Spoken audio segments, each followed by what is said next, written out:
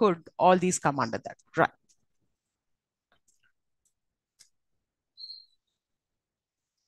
Now, when you talk about these lexical verbs, that is the full verbs, okay, they are also known as main verbs.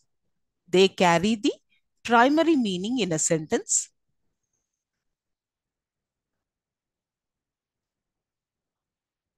They describe actions, states, or occurrences.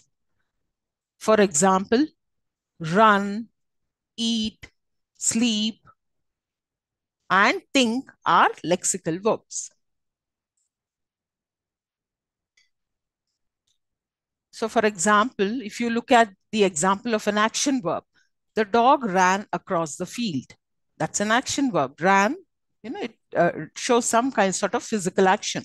She feels happy. That's the state of mind. It talks about the state. The rain stopped. That's an occurrence. Okay.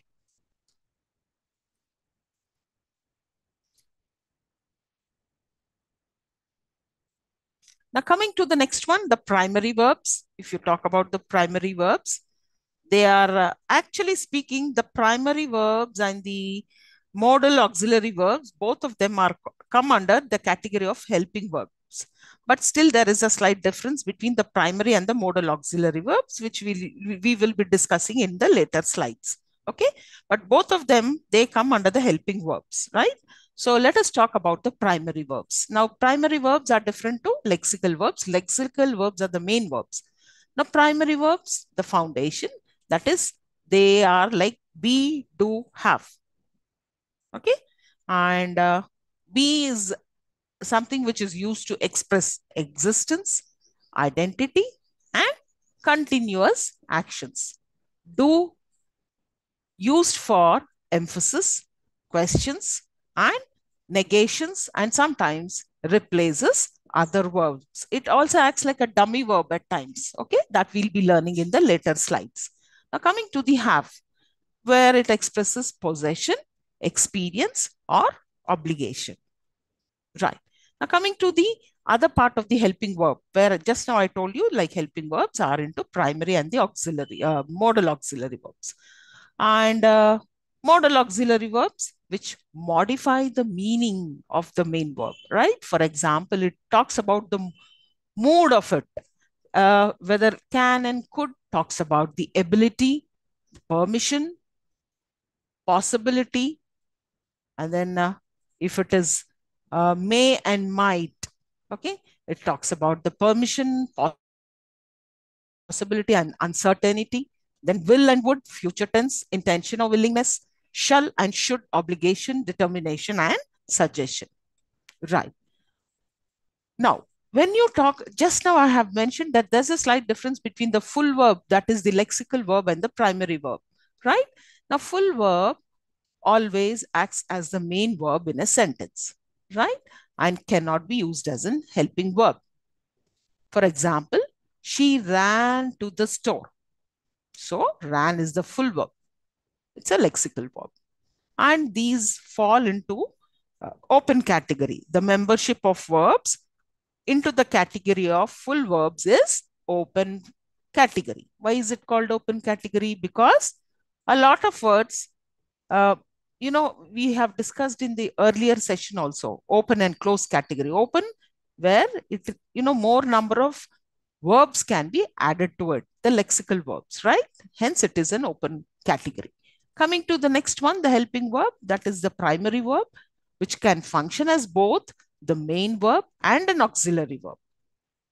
So, this is the speciality of this primary verb, where it at times, though it falls into the category of an helping verb, the auxiliary verb, but still it can act like a both kind of it does both functions, like a main verb and an auxiliary verb. Now, includes verbs like be, have, and do. For example, he is walking. So here, is a primary verb acting as an auxiliary verb. Now, and they fall into a closed category, right? Closed as in, I told you, there's We have already discussed that. We never usually see new verbs added to this category, I think, in our own lifetime. So that is why they are closed categories. Right. Now, for example, here I've mentioned a few examples. You can identify to which uh, category they belong to. Are they lexical, or are they primary, or they modal auxiliary, and so on, right? He likes ice cream, lexical verb. Likes is an lexical verb. Then he could be late. Could is as I already told you. Can, could, may, might. They are modal auxiliary verbs. He could be late. Then he is a police officer. So is a primary verb there. Then we have he is asking for leave from work for a few days. And then that's also a primary. Then he did not like the idea.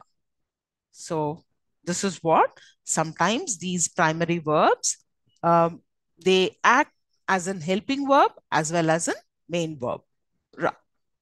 So this is how I wanted to show you and explain how verbs look like, the different kinds of verbs, main and the auxiliary verbs. Whereas auxiliary verbs are again divided into primary and modals. Then primary is again, I told you just now, we have be, do, have. Be is like am, is, are, was, were, been, being, and does, do, did is for the do, and have, has, have, had is for the have auxiliary verb. Then coming to the modals, we have shall, will, should, would, may, might, can, could, must, ought to, need, dare, used to. Right? Okay. Now, in this unit, we are going to learn about these three types of main verbs. Okay. Now, in this previous chart, I did not categorize the main verbs. I only showed you the auxiliary or the helping verbs, which are divided into primary and modal verbs. Right. Now, the types of main verbs which we are going to learn in this unit are transitive and intransitive verb, regular and irregular verb, finite and in non-finite verbs. Right. Now, coming to a regular verb and an irregular verb. So, in English language, all lexical verbs inflect. What is inflect? They change their morphological form for grammatical reasons to show different grammatical properties or functions. Now, the English verbal inflections include like subject verb agreement in the present tense, progressive or continuous aspect inflection. Then we have simple past inflection, past participle inflection. So, in order to indicate the presence of these inflections, the ones which I've just read out, the verb is expected to change its shape. Like, let me tell you. So it can be a regular verb, can be conjugated to show if the action takes place in the past or if the action is taking place continuously. In most cases, the past form of the verb is formed by adding an ed to the root verb for regular verbs. On the other hand, there are other verbs that do not follow this rule, and they are called irregular verbs. Now, these verbs have their own unique forms. Now, regular verbs follow predictable patterns for past tense and past participle forms by adding ed or d to the base form. Now, I'll give you some examples. Walk, walked, walked. Hence, you don't see any sort of, it's added as ed. There's no different shape to that verb, right? Now, play. I add ed and that becomes played. Jump again, ed. So it becomes jumped.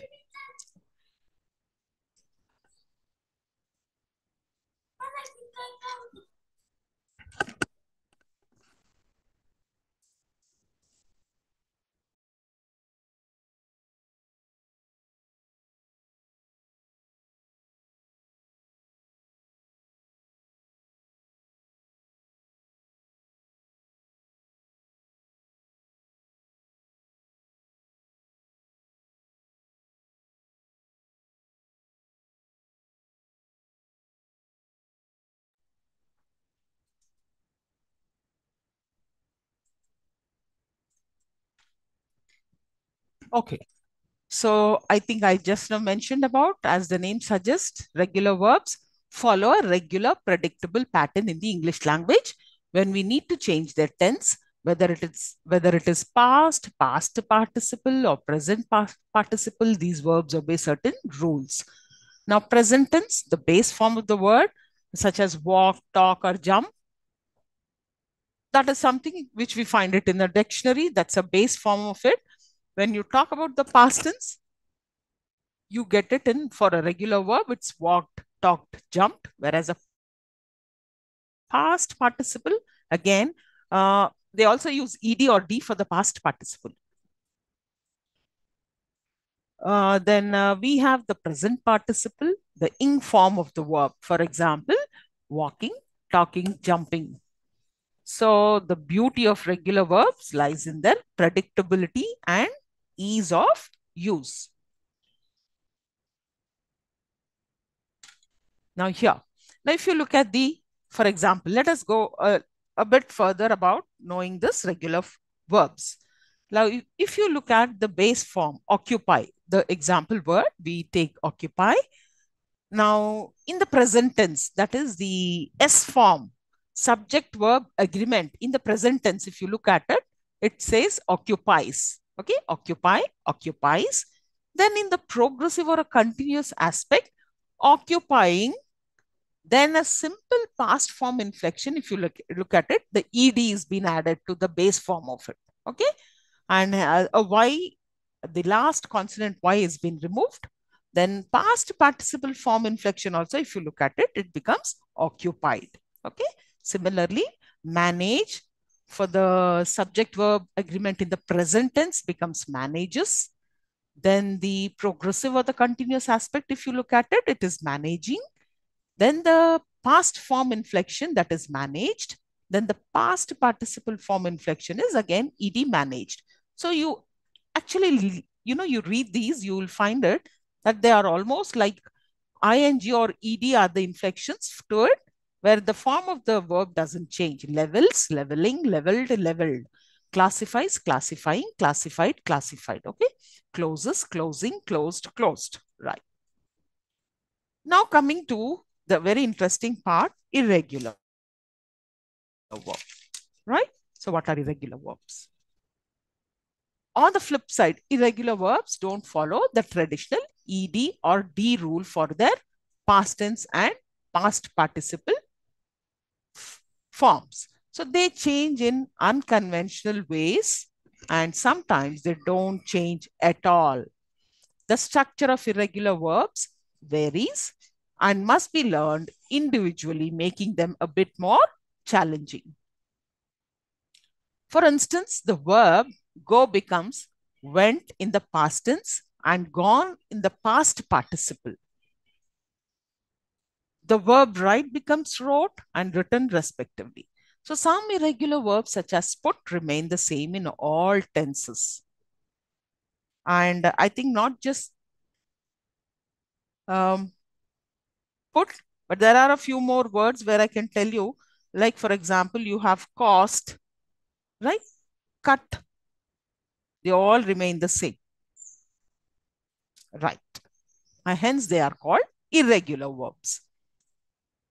So for example, here again, irregular verbs often have unique and unpredictable past tense forms.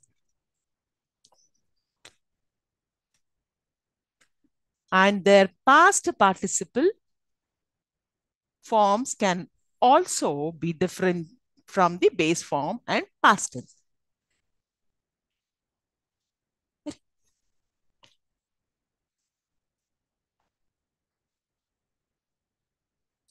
Now, for example, if you look at it, see, saw, seen. So there's a complete change if you've noticed. Then go, went, gone, eat, ate, eaten. Right. So another example, which is given on the slide, I have a lot of work to do. Did you complete the work? The work was done. So here, if you look at the example, that the use of the word do in its present simple past, and past participle done form, right? So here, let us quickly have a look at the forms of irregular verbs. What is its base form? Simple past form inflection and the past participle form inflection. I mean, if you look at it, these columns, they are completely different from their base form. Now, B, if you look at the B verb, the base form, and in simple past form, after the inflection, it becomes the was or were. The inflected verb of be is was or were. Then the past participle form inflection is been. Then again, we have begin, began, begun. Okay. Then break is the base form.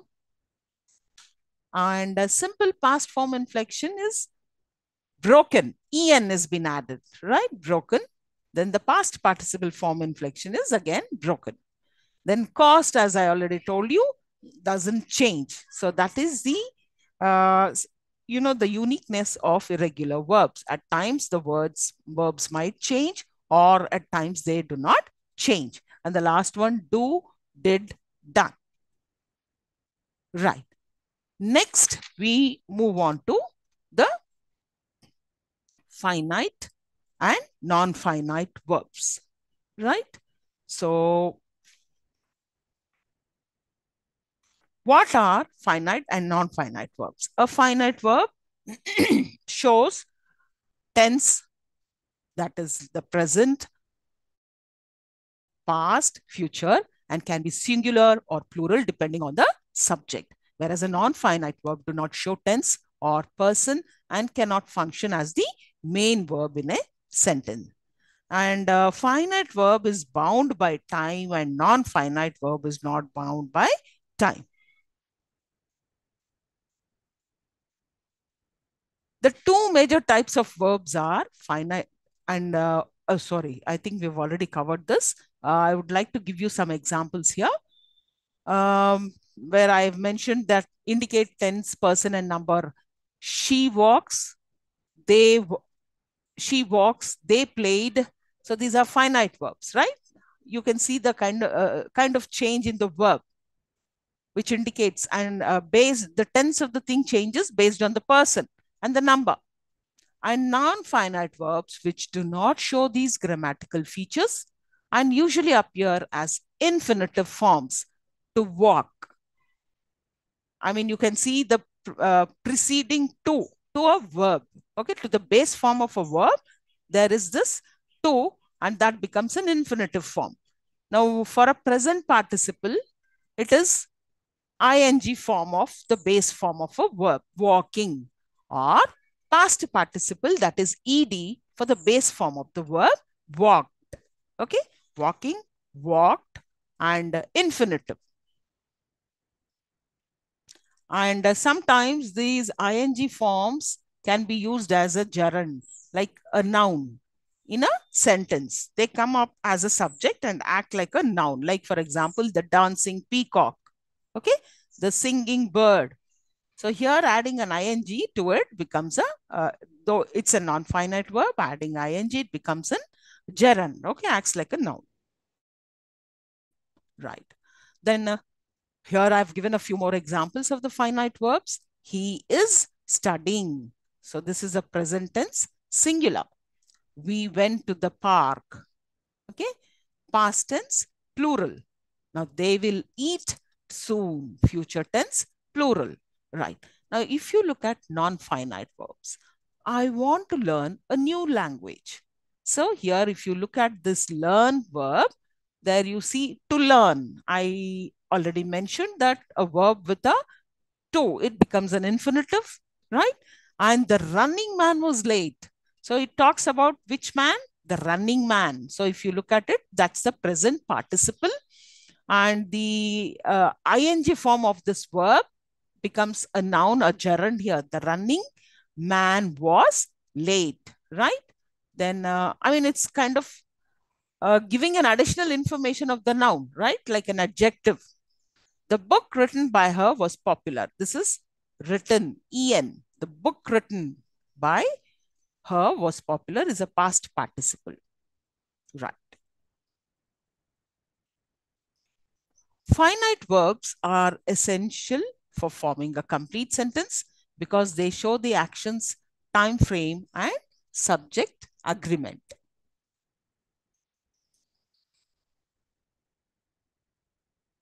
Non-finite verbs can function as nouns, adjectives, or adverbs within a sentence, but they cannot stand alone as the main verb. So this is the difference between a finite and a non-finite. So for example, if you look at the broken window, so broken window, the broken en form of that break, broken window becomes an adjective over there, right? Okay, here's again a difference, a continuation of that finite and non-finite verb. A verb which shows time or a verb which is limited by number, person, and gender of the subject is known as a finite verb. Whereas if you look at the non-finite, a verb that does not show time or a verb which is not limited by number, person, and tense of the subject is known as a non-finite verb. If you look at the examples of finite, Neha writes letters. I mean, if I can change Neha into probably now here as a third person, Neha writes letters. I can even make it into a probably a second person. You write a letter. Okay, so then things change over here. Then they write letters. Here the plural. They, third person, then plural form of it. They write letters. We have written letters. So if you can notice the verbs, they keep changing. Okay. And then, but here in the non-finite, it remains the same. Raman tries to sing, to sing. See, look at that. To sing, it's an infinitive. We try to sing, they try to sing. So it doesn't change with the number, right? Nor even the person. Okay. Whichever person, whether the first person, second or third, whatever it is, it's not going to change. So here a non-finite verb is an infinitive or a participle and has no tense according to the Collins dictionary, while the sentence around them may be past, present, or future tense. The non-finite verbs themselves are neutral. So there are three types of non-finite verbs: gerunds, participles, and infinitives. So gerunds all end in ing, and gerunds act like nouns and can serve as subjects or objects of sentences. For example, skiing, reading, dancing, singing. Then coming to a participle, which is used as an adjective or an adverb. These are two types of participle in English, the past and the present participle. And mind you, the past and the present participles are different from the tenses. Do not get confused by the past tense and the present tense. These are the participles, the past participle and the present participle, right? The ed and en. Now, the present participle also takes the ing form, that is writing, singing, and raising. The past participle typically appears like the past tense, but some have different forms. Written, sung, and raised. Whereas the infinitive, which is the basic dictionary form of a verb, usually preceded by to. Thus, to go is an infinitive. Now, I have already worked it out for you. I just wanted to show you that how the verb speak is used as a finite verb or a non-finite verb. The same verb speak. If the first one, if you look at it, it's a non-finite. The second one, if you look at it, it's a finite verb. I don't like to speak my mind twice on the same subject. Now, to speak, to is an infinitive. To speak is an infinitive. So it's a non-finite verb. Now, another one, if you don't speak to me, how shall I bear it? So if you do not speak, do not speak. Okay, it's a negative form of the verb which has come up here, which is a finite. Then he was speaking from a mind full of ideas and images. Was speaking. It's a finite verb. He had demanded exorbitant fee for his speaking engagements. So here it's speaking engagements. Languages spoken by remote community have very interesting features. So it's a non-finite, and he speaks Latin and Greek, which is a finite. Now, next, we move on to uh, the next unit, that is the auxiliary verbs, which is unit 7. Right. So when you look at this, auxiliary verbs, I have already discussed that basically the verbs are divided into full verbs, primary verbs, and the modal auxiliary verb. So an auxiliary verb, which is also called a helping verb, where it is divided into two, isn't it? The primary and the modal auxiliary verb. So an auxiliary verb also knows, so far we've been learning about the main or the lexical verbs, right? Or they are also called as the full verbs. Now we are looking into uh, the auxiliary verbs where primary and modal auxiliary verbs come into it. So they are also known as a helping verb, and it's a verb that is used with a main verb to convey tense, mood, or voice. So most of the time they are associated with the main verb. These are helping verbs which are, uh, you know, come along with the main verb. Auxiliary verbs are used to clarify the time of the verb, whether the verb is passive or active, or whether the verb takes on a specific mood. They can also be used to avoid repetition. Auxiliary verbs always appear with the main verb to change its tense, voice, or mood. And the three main auxiliary verbs are be, have, and do. So these are primary verbs, right? Now here you can see in this chart where it's divided into auxiliary verb as such, which is called helping verb, which are divided into two categories, the primary auxiliary and the modals, right? So here primary auxiliary verbs, they are be verbs, do verbs, have verb, and under be you have is, am, are, where, was, and do, does, do, did, then has, have, had. Whereas in modals you have can, could, may, might, shall, will, must.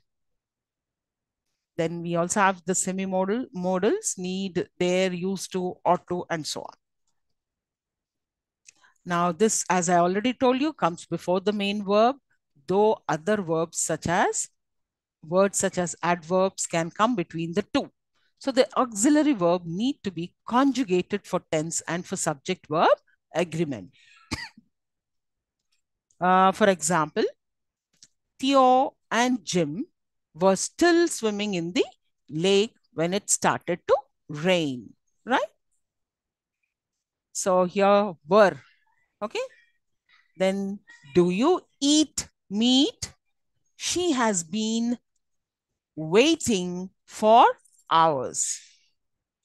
Now, talking about the primary verbs, okay, under auxiliary, let us quickly look into the primary verbs. Now, the primary verbs be, do, and have can at times can also be used as main verbs. Okay, so that's the reason why these are, though they are helping verbs, are also called as prime, and that's the difference between a primary verb and an modal verb. Okay, modal auxiliary verb. Whereas primary can at times play, I mean, can be a main verb, or it can even assist, be a helper verb. Whereas the modal verbs are always helping verbs. For example, I am a builder. He did the dishes, and she has a sister.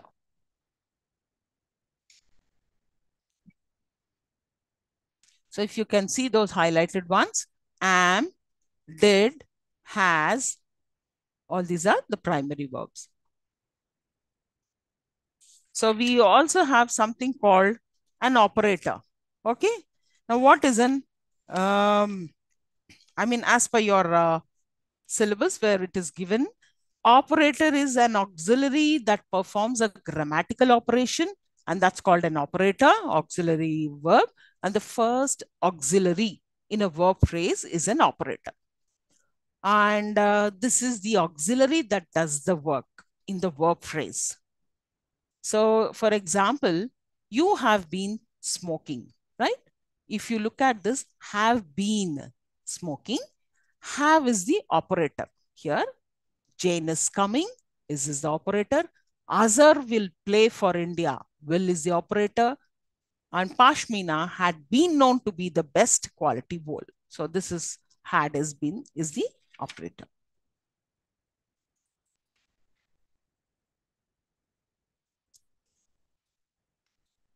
Right. And this is actually speaking, auxiliaries have different contributions to make the overall meaning of the verb phrase, especially with respect to the grammatical meaning. So, different auxiliaries make different contributions. Some contribute in terms of tense, and some in terms of aspect, some in terms of mood. That is the modal verbs, which we talk about it. One common function that helps us to identify all of them as auxiliaries is their role as operators in sentences, because they are said to act as an operator when they come in the first position of an auxiliary plus verb combination.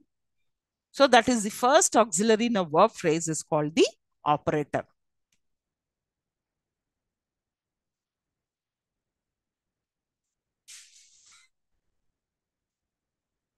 Right.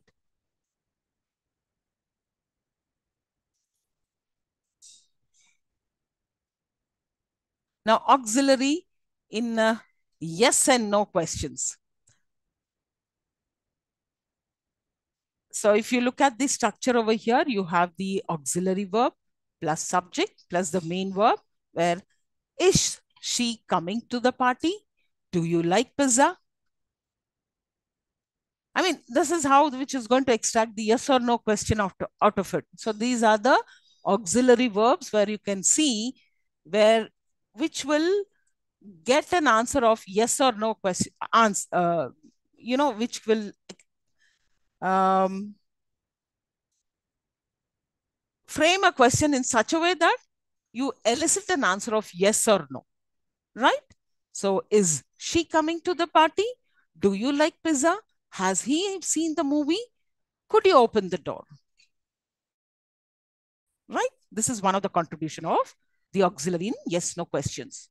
Now, how about WH question? Okay, content questions, where examples of auxiliary verb WH questions include what are you doing? Where did they go? Who has been eating the cookies? When will you be back? And why is she crying? Key points about forming WH questions with auxiliary verbs are they start with the WH word. Okay. Now, for example, who has been? When will you? Okay. And why is she crying? So start with the WH word and follow with the appropriate auxiliary verb based on the tense you want to ask about. Then add the subject and the main verb. Right. Also some with an auxiliary verb be. So when are you leaving? Who has been paying the bills? Where do they live? Now for do. This is for do. So where do they live? Why didn't you call me? For a modal. So who would she stay with? Where should I park? So auxiliaries in negations next to the operator. Okay.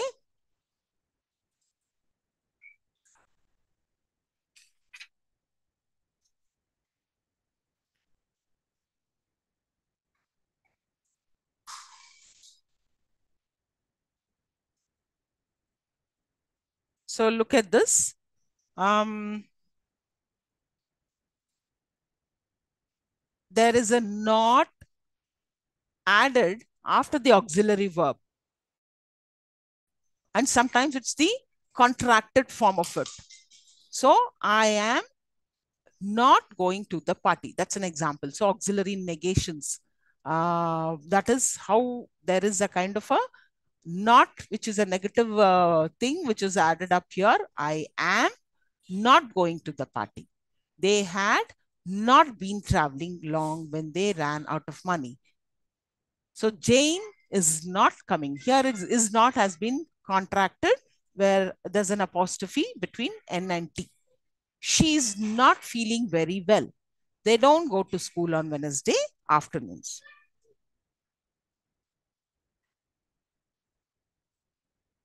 So if you notice this, it is that the not is inserted after finding out the first auxiliary. Okay.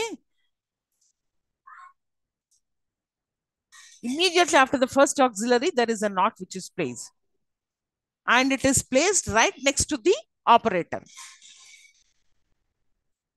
Now, next let us talk about the dummy auxiliary verb. What is its contribution? Okay.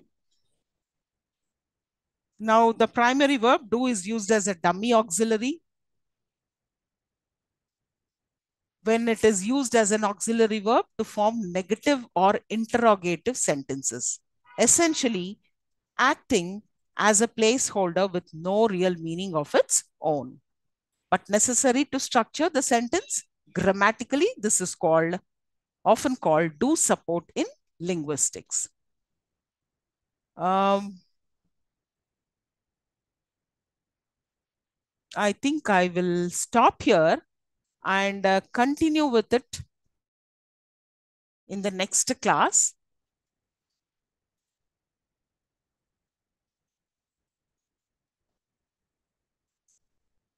along with the next unit. Okay, ma'am. Yeah. So were you able to follow? Yes, ma'am. Yeah. And I didn't see you last week. You were not there? Fever, ma'am. That's why not Oh, in it, ma'am.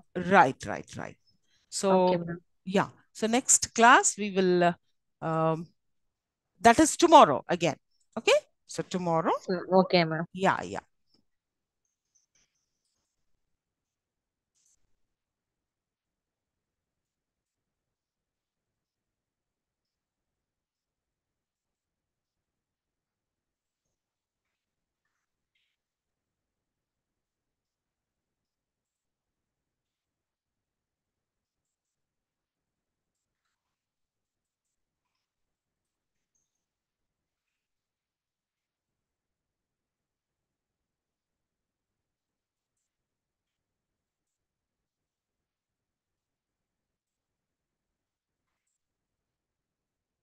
Okay. See you. Tomorrow, I'll be continuing from this auxiliary verb and I'll move on to the next unit also. Okay.